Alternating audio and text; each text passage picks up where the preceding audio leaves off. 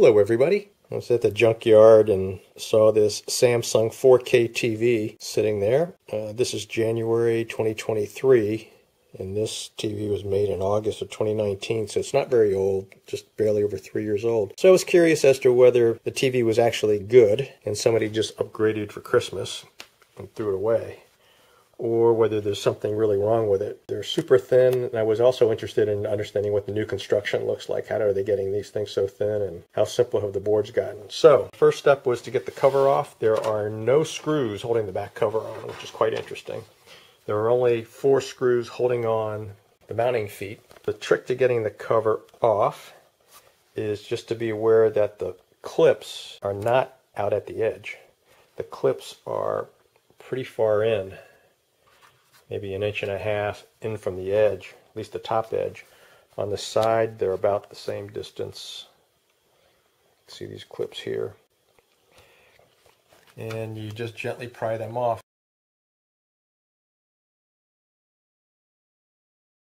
What's also interesting is there are no clips at the bottom. There is something going on at the corner. The trick is knowing that these clips are not at the edge. So that's my tip for you in getting the back off. The layout's very, very simple. There's the power supply. I'm going to interrupt this video with a quick message here. After I got the TV fixed, which you'll see later on in this video, I decided to try to do a post-mortem on the failed power supply. I thought the days of bulging capacitors were over, but apparently not. This has 3 bulging tops. Those 2 are good. Those 3 are bad. And here's my new board. It has 1 bulging capacitor in the center, but in the interest of full disclosure, it is working. I discovered this after I completed creating this video. I thought I'd interrupt the video now and just give you this interesting update. Don't overlook the capacitors on your power supply. Now, back to my original repair video.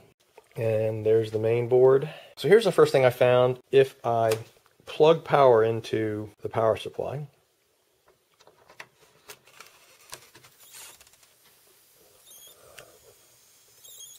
I don't know if you can hear that, but you can hear something on the main board, sort of high frequency chirping. It does it about 3 times.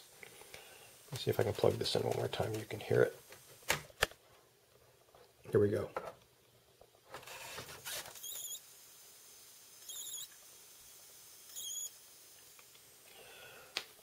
That was pretty unusual to me, to be able to hear some high frequency noise going on. So next thing I did was I unplugged the connection from the power supply to the main board. So with the power supply disconnected from the main board, so there's my power supply connection. It's the only wire you can see coming off of the board, which is interesting. With that disconnected, if I plug power into the power supply,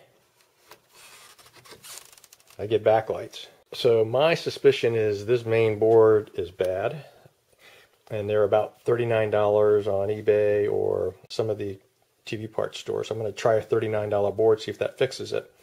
But what's also initially troubling is how is the power getting from the power supply to the backlights, since the only cable that I can see is this one, and I've disconnected it.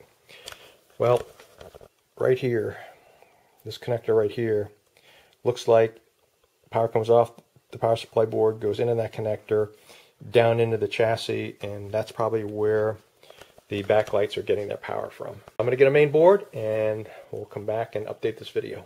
So I got my new main board in. You want to order parts by the part number of the board, not the model number of your TV. So in this case it's a BN94 14884T. You may find that there are additional part numbers that supersede that one, but make sure you're shopping by part number and not by model number of your TV.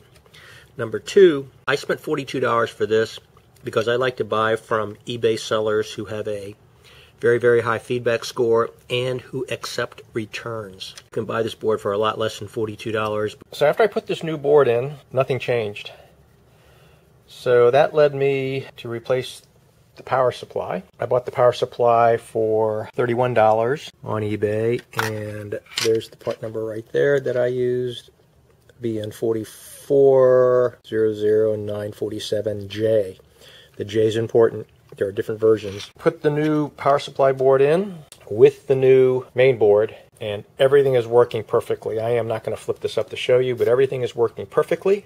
The other thing I did was I took my new main board out and replaced it with the original main board, and it does not work. So, in summary, I had not only a defective main board, I also had a defective power supply. So ended up replacing both boards for $73, I think, $74. And now I have a brand new thin 4K smart TV. I'm very happy with that result.